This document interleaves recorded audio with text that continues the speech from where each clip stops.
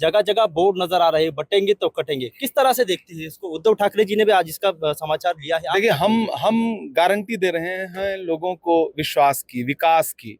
भाजपा के पास मुद्दे नहीं है तो नफरत की खेती करना चाहती है भारतीय जनता पार्टी।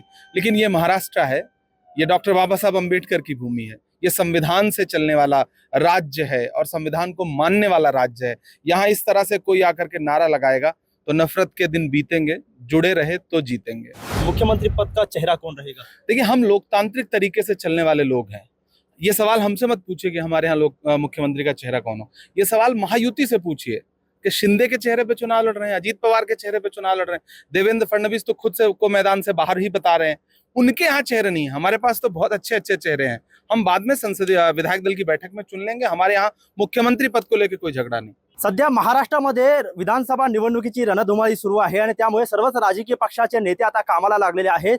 राष्ट्रीय पक्षाचे नेते सुद्धा महाराष्ट्रामध्ये येऊन जे महाविकास आघाडी किंवा महायुतीचे उमेदवार आहेत त्यांच्या प्रचारासाठी ते आहे तर विविध सभा घेत आहे। आपण या ठिकाणी आज पाहिलं तर काँग्रेस पक्षाचे नेते आणि राज्यसभेचे खासदार प्रसिद्ध कवि इमरान प्रताप गढ़ी आपल्या सोबत आहे। आपण त्यांच्याशी चर्चा करणार आहोत।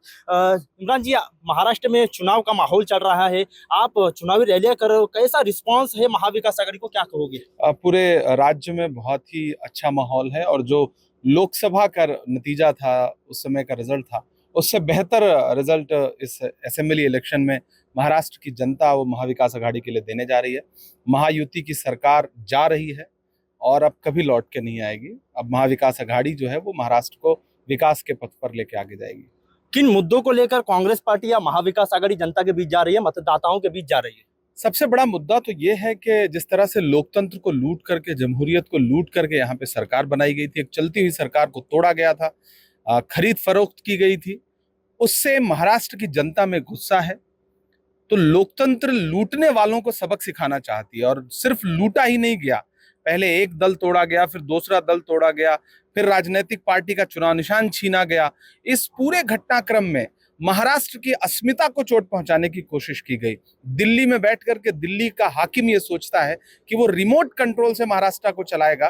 तो महाराष्ट्र आंदोलन की भूमि है, डॉक्टर बाबा साहब अम्बेडकर की भूमि है, वीर शिवाजी महाराज की भूमि है।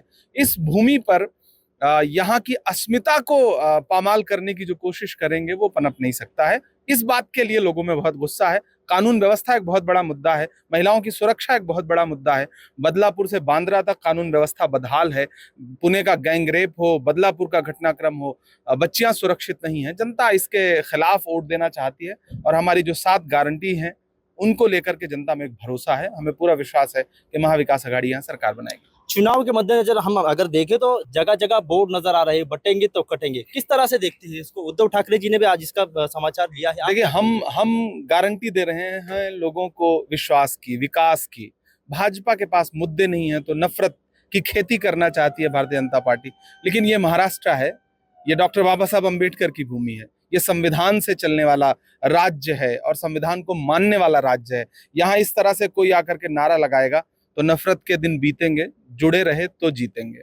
हम अगर देखें तो कितनी सीटें महाविकास आघाड़ी को मिलनी चाहिए, क्या आपको लगता है, क्या प्रेडिक्शन है? देखिए, प्रेडिक्शन तो आप लोगों का काम है ना, पत्रकार साथी बताएं कि महाविकास आघाड़ी कितने बड़े बहुमत के साथ सरकार बनाने जा रही है। हम कोई भी नंबर कोट करेंगे तो आप ये कहेंगे कि नहीं, आप कैसे कोट कर सकते हैं। हम तो ये कह रहे हैं कि हम कम से कम 2/3 बहुमत के साथ सरकार बनाने जा रहे हैं। महाविकास आघाड़ी की अगर सत्ता आती है, कांग्रेस पार्टी जिस तरह से लोकसभा में अच्छी खासी सीटें मिली, सबसे बड़ी पार्टी रही है महाराष्ट्र में, अगर विधानसभा में ऐसी बड़ी पार्टी बनती है तो मुख्यमंत्री पद का चेहरा कौन रहेगा? देखिए, हम लोकतांत्रिक तरीके से चलने वाले लोग हैं।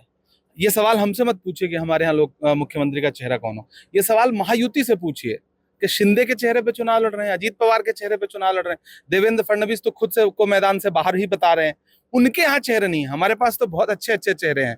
हम बाद में संसदीय विधायक दल की बैठक में चुन लेंगे। हमारे यहाँ मुख्यमंत्री पद को लेकर कोई झगड़ा नहीं। 23 तारीख को क्या निकल लगेगा, क्या कहोगे? महाविकास आघाड़ी सरकार बनाएगी, यहाँ भी और झारखंड में भी गठबंधन सरकार बनाएगा। मैं वहां से प्रचार करके आ रहा हूँ। Thank you. नक्कीच आपण जर पाहिलं तर या महाराष्ट्रामध्ये महाविकास आघाडीची सत्ता स्थापन होईल असा प्रकारचा विश्वास इम्रान प्रताप गढ़ी यांनी व्यक्त केलेला आहे। Mobin Khan, Maharashtra times online, Shirdi.